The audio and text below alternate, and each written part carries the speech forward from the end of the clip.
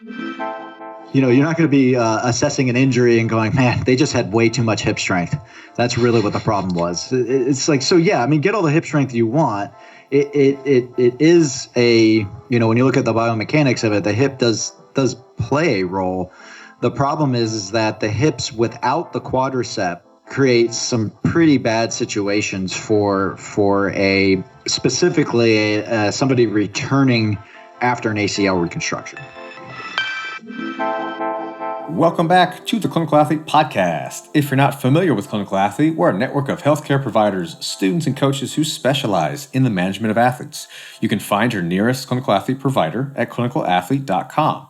We also have the Clinical Athlete Forum, where we discuss and share ideas and resources related to athlete health and performance. To join the forum or for potential listing on the Clinical Athlete Directory and for all upcoming seminars, webinars, and events, details can be found on the website. This podcast can also be found on your favorite podcast platform, and if it allows you to rate the show, we'd appreciate you taking the time to do that so that we can get this information out to as many people as possible. My name is Quinn. I'm a doctor of physical therapy in Orange County, California at Clinical Athlete Newport. On this show, we are joined by co-host Erik Maynard, who is a clinical athlete provider and the Clinical Athlete Continuing Education Director and a physiotherapist at Depth Physiotherapy in Waterloo, Ontario, Canada. He is also a strength coach and a competitive powerlifter himself. And we have our other co-host, John Flagg, who is an athletic trainer and the powerlifting, weightlifting, and strongman coach at 301 Strong in White Plains, Maryland, and the owner of Rebuild Stronger. He is also a clinical athlete provider and lead instructor of the Clinical Athlete Powerlifting Certification. And we are very excited to welcome our special guest on this show, Erik Meira, who is a physical therapist in Portland, the creator of the Science PT website, host of the PT Inquest podcast, and is extremely active with leadership roles within the American Academy of Sports Physical Therapy. This is part one of a two-part interview on all things knee and science. Enjoy the show.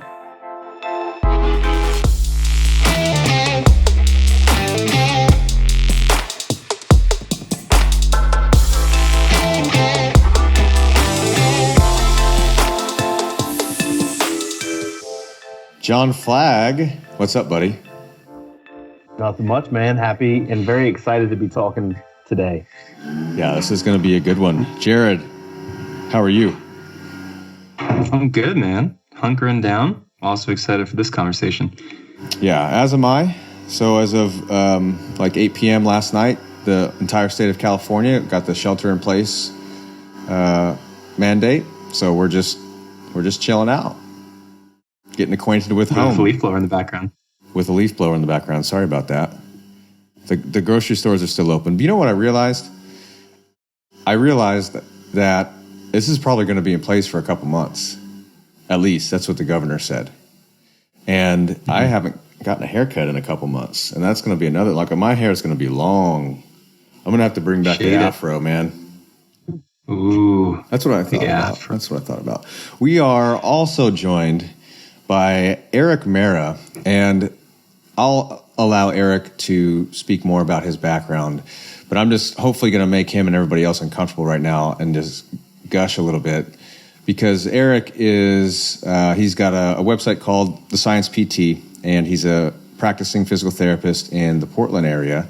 And he's also, a lot of our listeners are probably familiar, our 6 listeners, with the PT Inquest podcast. And if you're an OG, the PT podcast, and that's what got me down a certain track of thinking. And that was back in 2012, I think, is when you guys started that, the PT podcast. And then PT Inquest just kind of grew out of that. But I'm not exaggerating when I say those podcasts, your website and your blog, changed the way that I view certain things, because I was in my second year of physical therapy school, kind of going into my third year, and I was having that kind of existential crisis that students sometimes tend to have, where they're, inundated with a bunch of information. They're not quite sure what to filter and what sources to trust. You're in school, so you expect the information to be closer to the truth, but you read other things and sometimes it's not. And your information truly, truly helped me and helped the way I think. And so for me, it's like having one of your heroes on the show. Like you're on our podcast now, which is pretty cool. So Erik Meira, thank you for being on the show. Oh, I that's very high praise. I really appreciate that. I started PT podcast in 2011, late 2011. Okay. I recorded a bunch, and then we started PT Inquest, which, because JW is one of my first interviews on PT podcast, we decided we were going to put that out at the beginning of 2012. I think it was in February of 2012 is when it started. And so, yeah, we've been doing it for, I guess, 8 years now, continuously. And you know, as you said, I had similar experience going through school, you know, way back in the 90s, where, you know, I'm listening to a lot of things. And I grew up with in a very scientific household. My mom's a school teacher. My father was an electrical engineer. And it was, there are a lot of things where I'm just like, this doesn't make basic scientific sense. I mean, this doesn't sound right.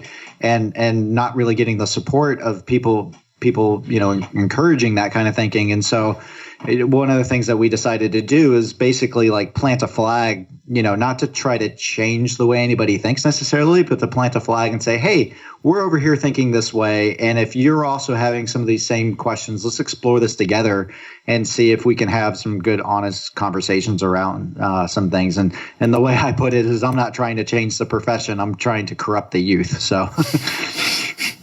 Well, and PT Inquest is a very simple format. It was a journal club, but what I loved about it is that no matter the topic, because you know you always brought it back to the ACL, obviously, even if it was a paper about the low back, yeah. So, and regardless of the topic, it was also about thinking through basic principles about the applied practice of science and evidence-based medicine, you know, that whatever that term means to you, but it was learning through those principles where it didn't really matter what the paper was about. That was almost secondary, and that's what I loved about it. And it would just get you thinking. And I think it's perfect for students. And I always recommend. It's always on the top of my list for any podcast that I would recommend. And to get you on the show, there's a plethora of things that we want to talk about, and they all kind of dovetail nicely into each other. But before we get into some of these topics, can you tell our 6 listeners, in case they're not familiar with you, a little bit more about yourself? What's kind of led you to your current interests, to what you're doing now, and those types of things?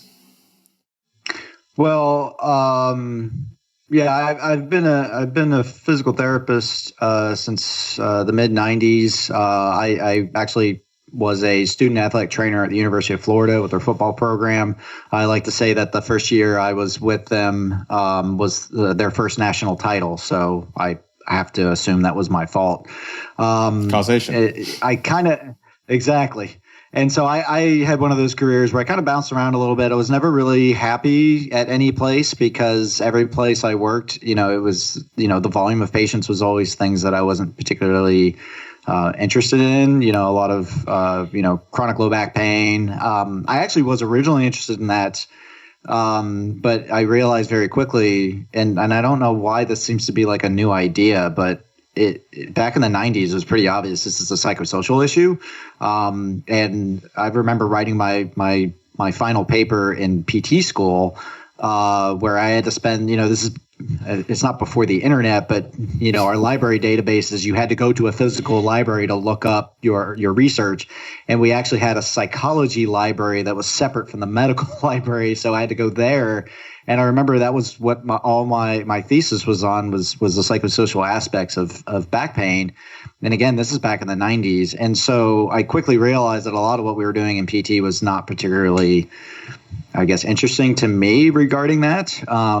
I'm a physical therapist because I really enjoy biomechanics and human psychology, and there's no other profession that puts the two together. And so I ended up kind of becoming fairly focused on hip, mainly because there was a lot of questions around, you know, what was a novelty of the young adult non-arthritic hip. which we now have a lot of information on. So once I realized that there was kind of a dead end there, because there's also a decent amount of psychosocial around that too, I found myself really getting focused more on ACL rehab in particular. The nice thing about ACL rehab is, although we still have a lot of questions, there's still a lot of uncertainty. We publish 1,300 to 2,000 articles a year on the ACL. So there's a ton of literature out there to really go through. And there's a lot of pretty good conclusions that we can draw there. There's still obviously a very strong psychosocial. I mean, we're humans. There's always a psychosocial component. But to me, the ACL, specifically the knee, and then more specifically the ACL, is really a fascinating kind of survey of how physics applies to the human body. I think that's a great segue to the ensuing conversation. And just to anchor that a little bit, you teach courses and you've taught internationally. You've done that for years, but recently you've put some of those out in an online version. And we wanted to kind of allow those topics to steer the conversation. You've got one that's applying science to practice. And I thought, well, let's talk about that. But then I said, well, those are just principles that are kind of intertwined within all of these other topics too. So I think those principles are probably going to come up naturally as you apply these scientific principles to what we're doing. And then you've got your other course on the knee that's now in online format. And I thought that would actually be a great place to create some concrete examples based on some of these topics that we'll talk about. And ACL's a good example because of what you just mentioned. There's a ton of literature out there on that. So our first topic, or at least mine, and I want to get your thoughts on it, is there's this pendulum swing in ACL land, it seems like, and really knee land, patellofemoral pain. Is it the hip or the quad? Do we want hip strength? Do we want quad strength? Well, if we just look at the point of pain, the knee, and just look at the quad, well, we're missing this regional interdependence piece. And, so the pendulum swings over to the hip, and the hip controls the knee, and then, maybe it swings back. But kind of getting your take and narrowing this conversation down, because I've heard you say time and time again, it's the quad until it's not the quad. So would you mind expounding on that a little bit? Yeah, I mean, and there's a lot to unpack there, because people get that mixed up to say, so quad strength, and it's like, well, if you want me to get pedantic about it, I'm talking about knee extensor dysfunction.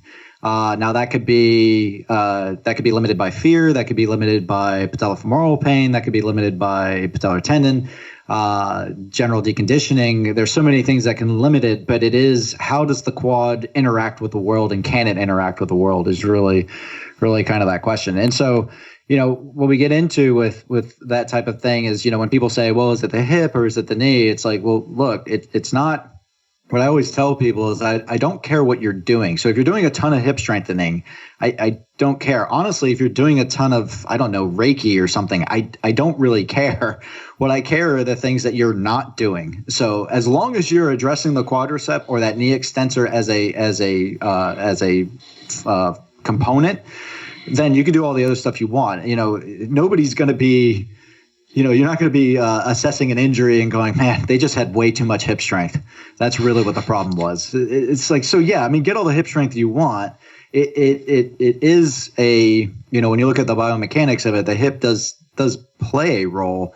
The problem is that the hips without the quadricep creates some pretty bad situations for specifically somebody returning after an ACL reconstruction. And this is difficult to do, I think, without a kind of a mental representation or some type of image, but you have a blog about this on your website, and it's titled Why Quad Index Matters. And so could you talk a little bit about some of the biomechanics when we're talking about the quad and what the quad's job is, and let's say in a deceleration task versus the hip? So why is it important to have the quad as a kind of a ground level foundation? Okay, so the simplest, we can get into, Newton's laws, force equals mass times acceleration. So if you have force going into the system, you don't want to overwhelm the system with force. And so the best way to have an effect on, there's a few ways you can have an effect on it. We'll talk directly mass times acceleration first. So if I'm going to reduce the amount of force coming in, one of the things I can do is change the amount of acceleration or deceleration that's happening. And so when you think of acceleration as velocity over time, or change of velocity over time, essentially, when you allow, and people understand this, if you hit something very stiff, so like if you, the example could be if I hit you with a baseball bat or I hit you with a Nerf bat, one of them hurts more, even if they have the exact same mass and I hit you with the same velocity. The difference is that one gives, so it allows a stretching of time to occur, which reduces the amount of force that's going to go into it. The other one does not give. And so one of the best ways that the human body can kind of give is at the knee. So you think of the knee as a shock absorber. Now, in order for the knee to do that, it has to have a fairly strong quadricep in order to absorb that. Now, the problem when it comes to ACL in particular is that if you're not flexing at the knee, you have to flex somewhere, and you end up flexing typically at the hip. And so this is what's known as a hip strategy. When you use that hip strategy, what ends up happening is that you end up with a very, very stiff knee. You can only absorb so much force at the hip by going through that strategy. And this is where, where I'll say is I'm perfectly fine with somebody using a hip strategy as long as they're also flexing their knee. So they're getting shock absorption from two different joints instead of just one. If you overload the hip in the sagittal plane by flexing the hip, then you'll have to find another plane of movement that typically is going to be internal rotation. And this is your classic valgus. You go into internal rotation. If you leave the knee close to straight and you go into internal rotation, you're essentially putting all of the load right into the ACL, and this is how you end up with an injury. So it's kind of a twofold effect by having that quadricep. And again, I'm talking specifically people who have torn their ACL. When we talk about people who have no history of an ACL injury, this stuff does make sense, but I don't know that the literature 100% supports it. I can get into that if you guys really want, but it's some of these conversations can get fairly long. But what we see is basically a failure of the shock absorption system.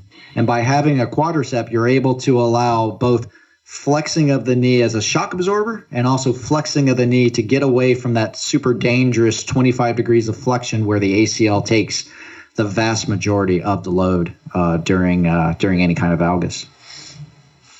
As you're going through that, thinking, the capacity of the quad to resist an external flexion moment, just that internal extension torque, having that biomotor capability, then affects the movement solution down the chain. And I think a lot of times that thought process is flipped, where you see somebody doing a deceleration task or a drop jump or some type of landing thing, and you see a valgus or some type of injury risk mechanism, and then you try to correct the mechanism by simply cueing or doing whatever, and then having them repeat the movement.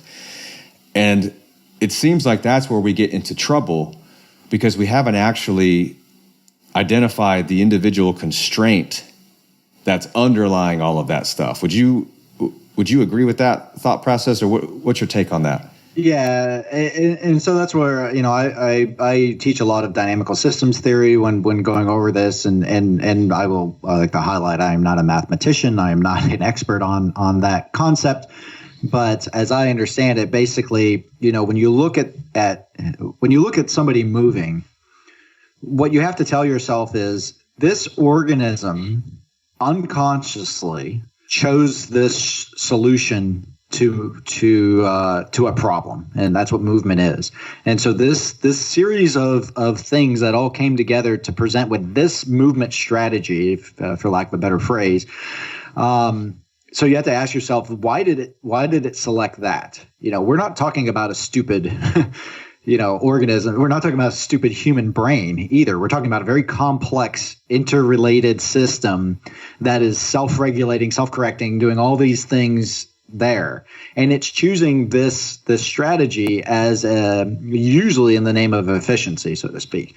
And so a lot of times if you see somebody using that strategy, you can try to coach them out of it. But the reason they're selecting the strategy is very likely, you have to test it to see, very likely that they lack the capacities to do the strategy you're asking them to do.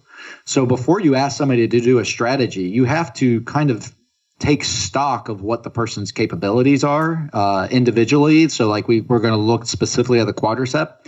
And I'm sorry, if you don't isolate somebody down in a quote unquote open kinetic chain way, you don't know what the quadricep can do. You actually have to test it in isolation and see, does it have the capacities to take the load that is going to be requested of it during the task that you're asking it to do. And so what frustrates me is where you'll see people, professionals trying to change the way somebody's moving, but not taking stock whether or not they have the abilities to do it. They'll say, well, they can squat really heavy weight. It's like, that doesn't tell you what the quad can do. That just tells you that they can squat. When you the thing I also say a lot of times is the test what the test. So if you're testing somebody's ability to squat, you are testing somebody's ability to squat, and that is it. You're not testing their ability to generate torque out of their quadricep. That takes another very specific, test to do that. And so before you ask, and what you're getting at is, when you look at the deceleration test, in order to decelerate with a flexing knee, what happens when you do that is you create a very large external knee flexion moment from a ground reaction force, and it's not as complicated as it sounds if people feel overwhelmed by biomechanical phrasing. It's just saying it's a very large lever arm bending that knee. And so it basically is asking the quadricep to give an equal and opposite reaction to that. And if the quadricep doesn't have the capabilities to do that, it's going to have to find a strategy that shortens that lever arm so that the quadricep doesn't have to work as hard. And that's where we see that hip strategy come in where, they throw their shoulders forward, they flex at the hip. They're trying to move their center of mass forward so that the ground reaction force comes more vertically, gets closer to the knee, and ask less out of the quadricep. And so, you can bark at them all day long to flex the knee. It just ain't going to happen. And then secondarily to that is the visual biomechanics that you see: trunk sway to the ipsilateral side, hip interrotation, knee abduction, all these things that we try to, foot pronation, all that we try to correct. And it sounds like what you're saying, that's just your body's way of dampening forces because it wasn't going to get it from the quad. So it's just got to do that somewhere else. So I think that confounds the whole notion of valgus in general. Yes. It's this kind of boogeyman where the pendulum swings on that too, where valgus, it's all about valgus, and then it swings now to, we don't worry about valgus. We just let them move. Any movement's beautiful movement because we're all special butterflies, No, especially out here in valgus will tear the ACL. Valgus is the mechanism that tears the ACL. And that's what, so can you clear up some of the fringe on that and kind of bring us back to the middle on valgus? Yeah, so valgus, the question you have to ask is why valgus?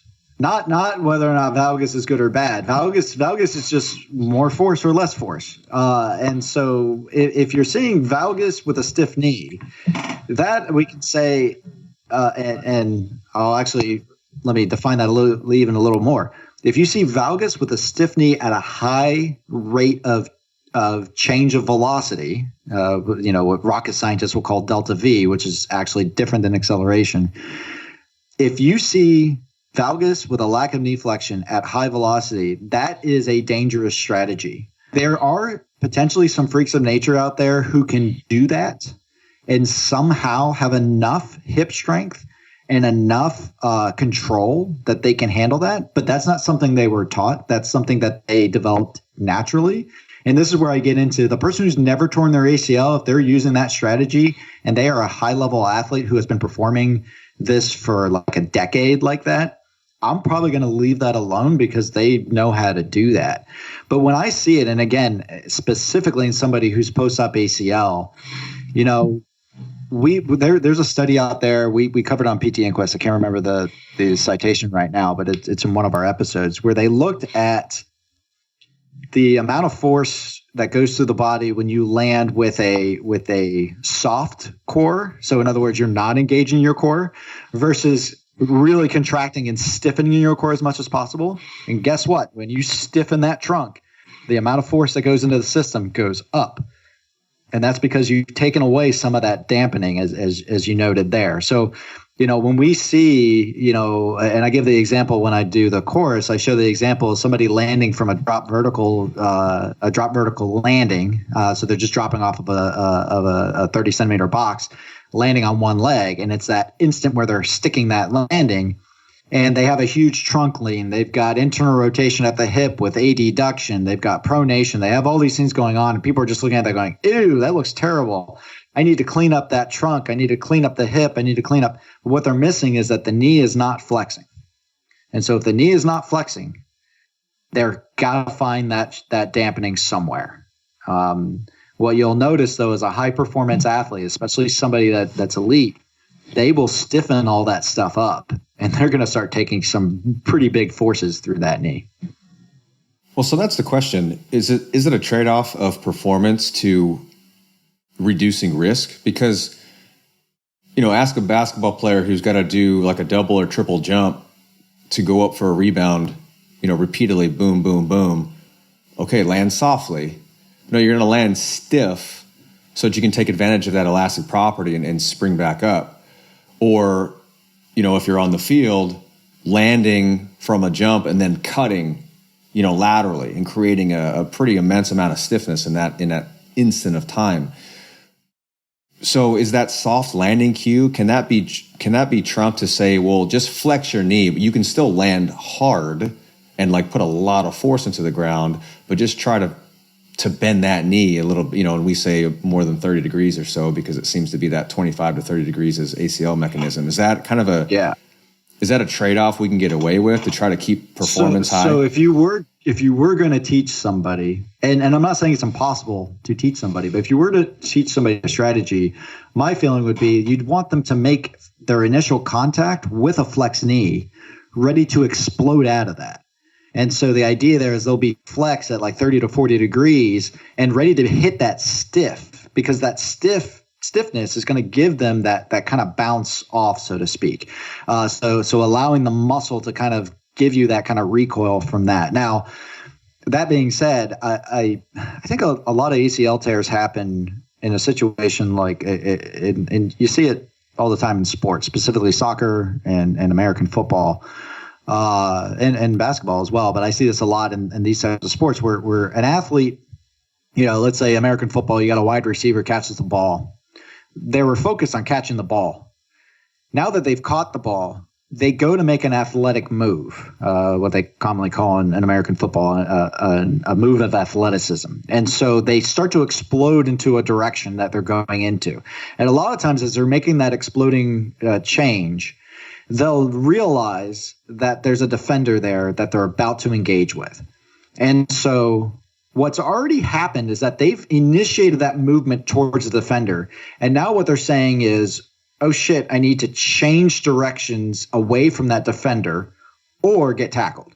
And so once I've got myself in that motion, what may be the only strategy to get me out of that situation is to plant my foot, brace with my knee relatively straight, and just propel myself out of that in another direction. Now, if I don't have the capacities to do all of that, what will happen is the system will get overwhelmed and the ACL will get torn. Now, that person does not have the history of knowing that this is bad.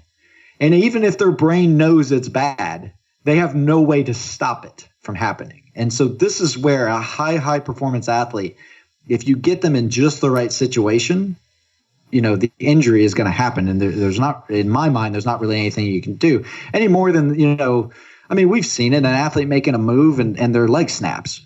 Okay, well, how do you prevent that? I mean, you just, the bone snapped. I mean, it's just, once it gets enough load, it's just going to happen. And so, it's just the system trying to find a solution that's going to work for it, not realizing that catastrophe could be around the corner. But again, I don't see that as something that's, you can train away, so to speak. I think we talked about an exact example of this at CSM. I think it was Tyrann Matthews when he played for LSU, and now he plays for the Chiefs, but in college, he went up and intercepted the ball, and the receiver was on the ground below him.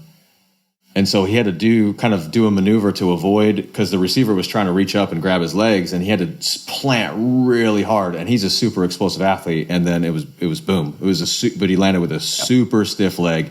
If he hadn't have torn his ACL, he probably would have sprung 5 yards the other direction and then went for a touchdown. But it was it was that moment that was just not avoidable.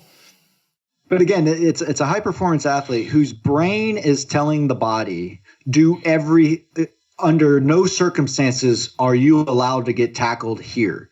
Do everything in your power to avoid getting tackled. And unfortunately, the only path through that is, and if you give the situation just right, the way I put it is that person's ACL is already torn before their foot hits the ground.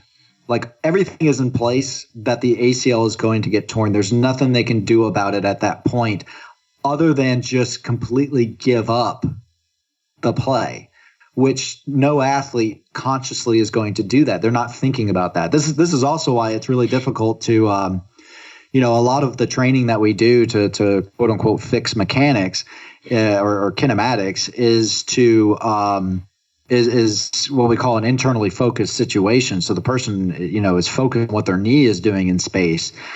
And so, when an athlete is on the field, the last thing they should be thinking about is what their knee is doing in space. They're thinking about the defender, the ball, where do I need to be positioned? How can I get from point A to point B as explosively and quickly as possible? And again, it's none of this is thinking about what that knee is doing. So unless you're training somebody in a completely distracted environment, and people will say, oh, I do lots of distraction training. Not finished. Completely distracted environment at 100% speed, you're not training. And not to mention, ideally, it should be on the exact playing surface in the exact environment that they will be engaging in during their actual sport. And so the difficulty of that is so high. And again, I'm not saying not to. What I'm saying is, first and foremost, make sure they have those capacities in place to allow them to have those strategies that they're going to pull from be a little safer, because at least they have the capacities to do them. Can you remind us and the listeners how fast the ACL tears from foot contact to boom?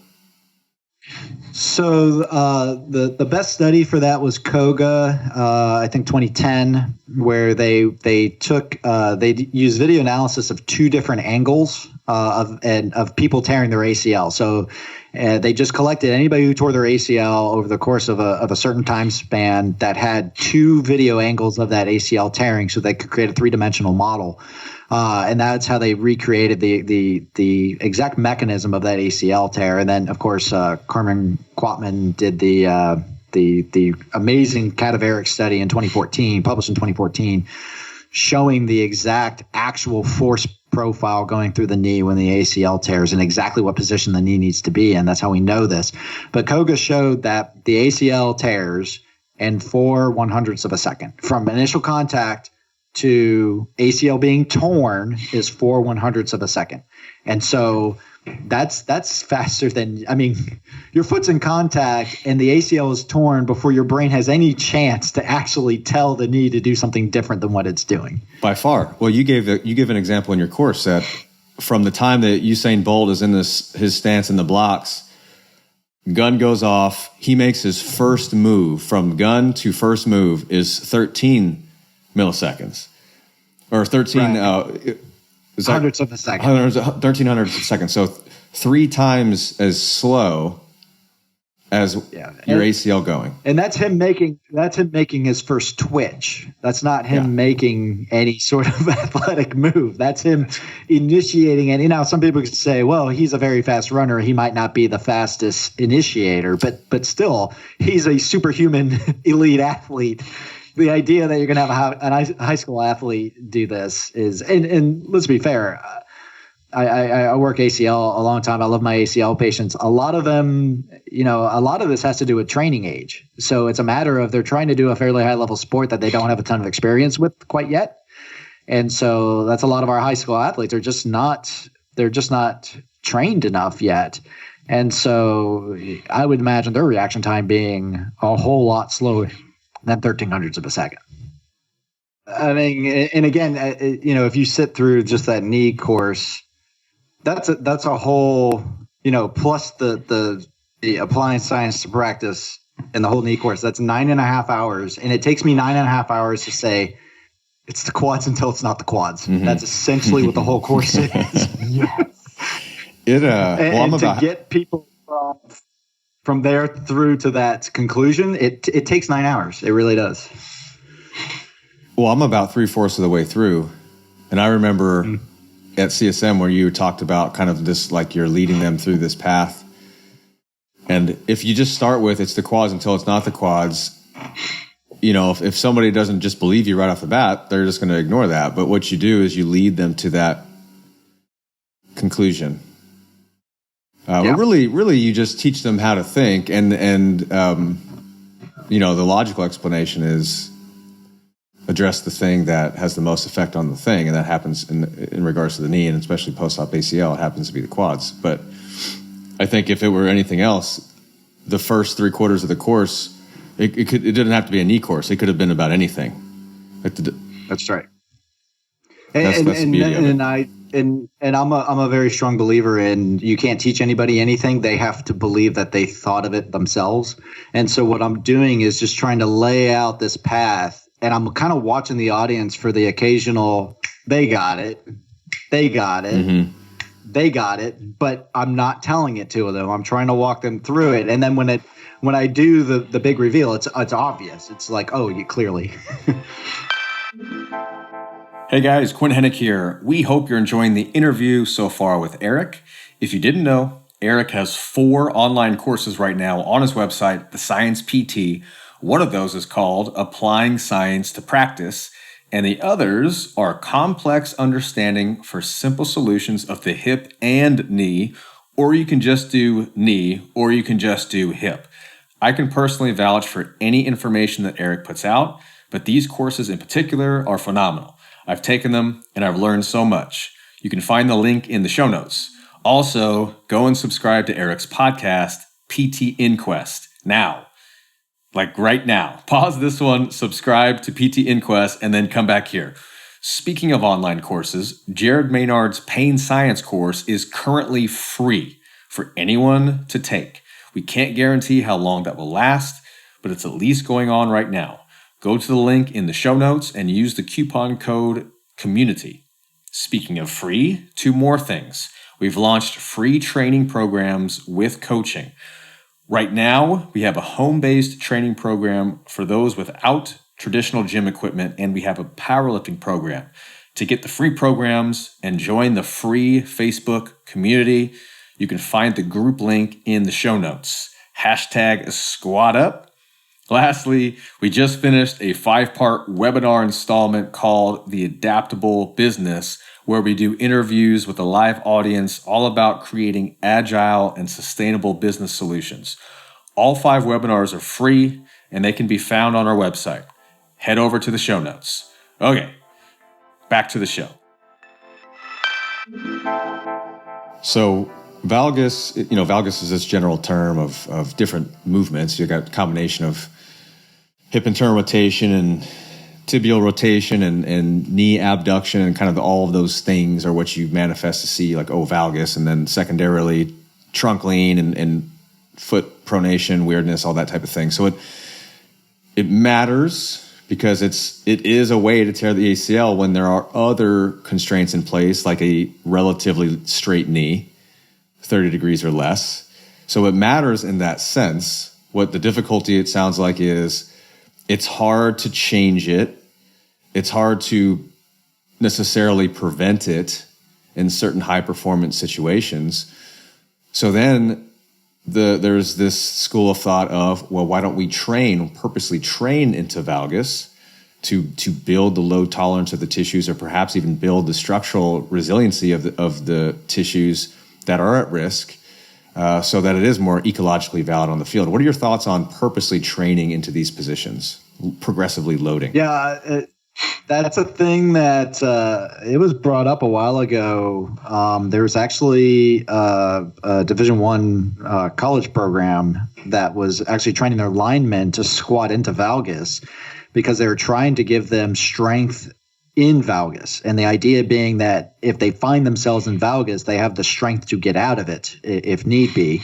And so they were doing they would do their squats and deadlifts and that kind of stuff in a more quote unquote normal fashion. And then they would do it into valgus as well with fairly heavy load, to just have them work through that and out of it. Now, I'm not saying good or bad. I think we have to ask ourselves what the purpose of the exercise is. That's always the question that needs to be asked. So if I'm having somebody doing a heavy squat, I just, sometimes my goal is I just want to put as much load on this system as I can. So whatever strategy gives me the heaviest weight, that's what I'm going to use. That may be the goal, but it may be the goal of, I want to get as much quad as I can. Well, then I'm going to change the biomechanics of that movement so it's more quad. Now, if I'm saying I'm trying to expose them to a valgus load, well, yeah, and that would be how you would expose them to a valgus load. Now, the question being is, do they need it, or is that helpful? I honestly don't have the answer to that. To me, when I think of the limited time that we have in the weight room with an athlete, I don't know that I'm going to spend a lot of time going into that. And this is where, some of you may be working with somebody who, you have a strength coach that's really into like sometimes they're like really into like a CrossFit type thing, or an SFMA type, FMS type corrective program, or they're like PRI or whatever. And to me, it's like, we have strength coaches that I work with that it's their profession, they're tasked with a job. It's not my job to do their job. And so where I would say, and this is getting back to what we talked about before, I don't care what they're doing. I care what they're not doing. So here's a list of some basic things I need you guys doing in the weight room. I need athletes being exposed to a heavy load. I need them working close to their max effort so that they have experience working close to their max effort. Whether or not they make gains is a little less of a concern of mine. I just want them to have exposure to working with heavy weights, so that when they're in the middle of a sporting task and they're asked to engage their muscles at max capacity, they have experience with that, as opposed to their muscle not knowing whether or not they can generate those types of forces. And so that's what I think is extremely important. Now, if those things are getting accomplished, hey man, blow up balloons all you want. I don't care. Work on the valgus position and try to make them more resilient in valgus. We used to joke about, we see the strength coach having our 7-foot basketball center doing a Turkish get-up with a kettlebell. And we're like, man, it looks like a baby giraffe being born. What are you even, why? I don't know why they have to do that, but you know what? As long as you ate your vegetables and your main serving there, have all the dessert you want over here on the side. And so, yeah. So it's just opportunity cost. It's not that any of those things are bad as standalone. It's just if that comprises your entire session and you've not tested the tissues with adequate loading, then they're just simply not prepared. Well, and I can just hear Scott Morrison in my ear yelling, "Tissues have adaptive ceilings." And it's his thoughts. It's like you can only load into valgus so heavy that's not going to be heavy for any of the other tissues. And my God, can you imagine in the clinic, like, we're doing drop jumps or something off a 30-centimeter box, and I'm like, all right, I want you to really drive that knee in there. And they do what I say, and man, they just happen to combine it with a really stiff knee. And Blammo. Lord. Well, what's funny is, Christian Thorberg's group, they did a study where they looked at people who had progressed into elite athletics, but never torn their ACL, and then had them do drop vertical jumps as a test. They were a subset that quote unquote failed the drop vertical jump because they went into pretty significant valgus. But when they actually tested them, they had insane hip strength. Because we always think, oh, well, they go into valgus because they don't have enough hip strength. It's like, you know, a great way to strengthen the hips? Land in valgus. Because when you land in valgus, if you don't go through to complete collapse, it's your hip muscles that are getting loaded. You look at the biomechanics of it, and you're creating a fairly large moment arm for the hip abductors when you go into valgus. And so it's a great training modality for the hip abductors if you wanted. Now, again, as we're talking about here, I don't know. This is like, you know, I'm not going to teach my post-op ACL how to use a hip strategy. I'm not going to teach them how to, let's go ahead and go into valgus and work on, you know, just having enough strength there.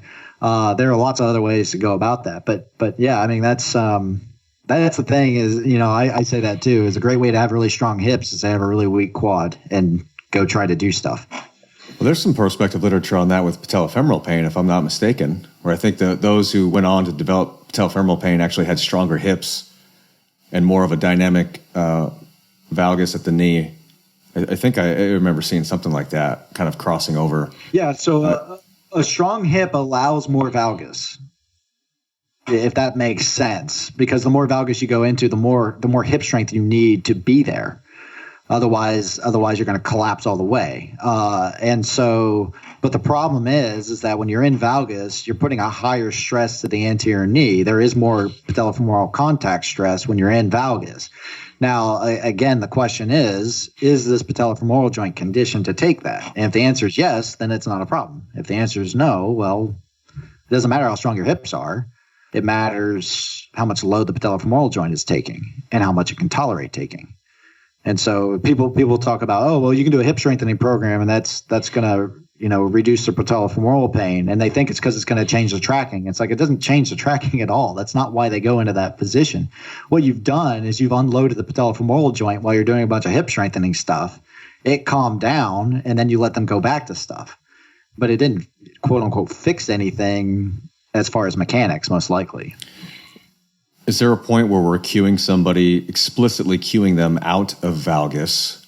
Question one. And question number two, can we actually even change that strategy ultimately when they go back to their sporting environment? Well, I don't think verbal cues. So if you're giving somebody verbal cues to stay out of valgus, I don't want to say that doesn't do anything. And so I'm talking like an internally focused type situation. What it's doing is preventing them from going into valgus. So now you're loading different structures. And so if your goal is to put load into structure to condition those structures, you know, an internal cue is a great way to do that. So internal focus is a great way to do that. Now, if you want to have somebody learn to choose a different strategy other than valgus during a task, you have to find a way to make it so that they don't go into valgus even when they're not thinking about it. And that the feedback that they're getting is automatic and inherent, meaning that if they go into valgus, they have to know they went into valgus without them actually thinking about their knee position. In other words, there would have to be something that their knee would hit or something to tell them, oh, don't be in that position there. So we use some strategies where we use like different types of gates that they have to go through. But I'm not concerned about valgus. I'm concerned about knee flexion. And so I can get knee flexion by basically just restricting the space they have to operate in. So it forces them to have to flex their knee to do the task. But they need a quad for that, Erik. Yeah. And so I can't do that until they have a quad. And so the funny thing is that, you know, as smart as all that sounds, like to create gates and all this stuff, we did that. And what we found was that it was only a challenge for them if they didn't have a quadricep. But the second they had a quadricep, they're like, this is stupid. This is not hard at all. So the reason their strategy is crappy is because they don't have a quad. And if, you know, I have, and that's, I just released some free case studies from the course. So the case studies section of my course, I just posted online. Most of it is online for free. It's about 40 minutes worth. And I show force time curves and force position curves on people's quadriceps over the course of their treatment, basically their dysfunction, so to speak. And you can see in neither one of them, the cases I present are ACL. ACL is its own animal. These are like patellofemoral pain or microfracture, that kind of thing. And you can see how it takes months and months, even years, to restore full knee extensor function. And so you may be telling yourself, well, it's been 6 months, their quad is plenty strong. I'll tell you right now, it's not. It's not generating the torque necessary, and it can't tolerate those loads. And so, when you say, well, their quad is strong, that's why they're showing me these bad coordination or dysfunction. What I'll tell you is, until you show me a true test, I'm going to tell you that it's not strong enough.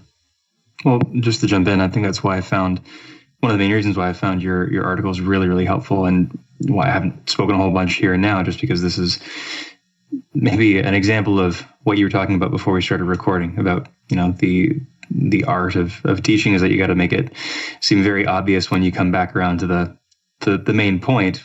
It's got to seem very common sense, and you kind of lay the groundwork before you get there. But when it comes to testing the quad and just making sure that it is where it needs to be for us to then expose these athletes to these other stimuli so that they can make that return to sport better, and we can essentially do our due diligence in serving these people.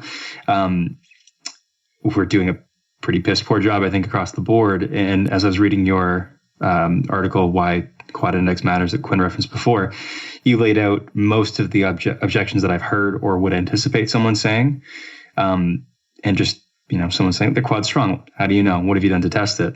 Well, we've done single leg squats. Okay. And then you break down what the force vectors look like and how they don't look anything like what they need to be able to withstand when they're trying to decelerate, pivot, and then accelerate again.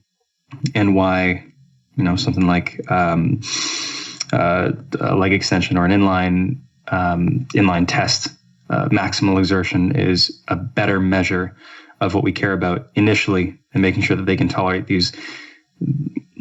tolerate stresses or produce force in these lower speed contexts, and then be able to transition into these higher speed, higher effort contexts too. So I don't know, it's just been really helpful for me to contextualize where I think we are, or at least the environments that I've seen to find myself in as I treat people and as I see other people treating athletes, and just how we need to get better. Yeah. And that's, you mentioned, so like in the course that I do, it starts with the scientific method. That's what we have to start with. And then it goes into dynamical systems theory. And then it goes into basic, like, force position, force time curves. What do we even mean by force? What do we mean by torque? What is peak torque? What is rate of torque development? What is impulse? These basic concepts of biomechanics. And so all that gets laid out. And so that's why the title of the course is Complex Understanding for Simple Solutions, because once you understand, I need to look at some very simple things first and make sure that those are kind of checked off. And that, I think, is getting people to understand that a very simple concept like this person lacks extensor, knee extension moment, internal knee extension moment, as simple as that is rooted in a very, very complex understanding of what's really going on with this individual. And again, the dynamical systems model is that you don't try to wrestle the system. The system is way too complex and way too smart for you to constrain it enough to make it do what you want it to do without a lot of work. And the likelihood is you're probably missing something. And so when you attack, and this is dynamical systems across the board, not just with human movements. So we talk about economics, we talk about weather, we talk about all these things. When you attack a dynamical system, you attack it at the inputs where you can. So you try to constrain or allow certain inputs. So can they use the quad? Can they not use the quad? Can they use the hip? Can they not use the hip? You take away things, and then you give it abilities, and that's where you actually have an effect on that system more than anything. And that's, understanding that, I think, is really key.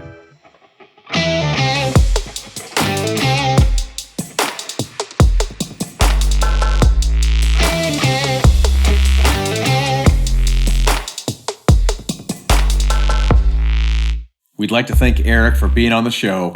Check out the show notes to find Erik's website and courses. And remember, this is only part 1 of this awesome conversation.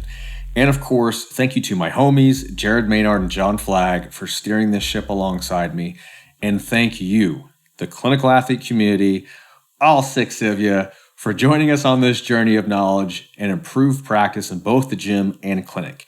If you want to dive even deeper into the Clinical Athlete community, you can check out all that the Clinical Athlete Forum has to offer, which includes our Clinical Athlete Academy courses, amazing discussions and networking with professional clinicians and coaches, as well as students, and just our overall hub of knowledge in regards to athlete health and performance. Thanks, everyone, and talk to you soon.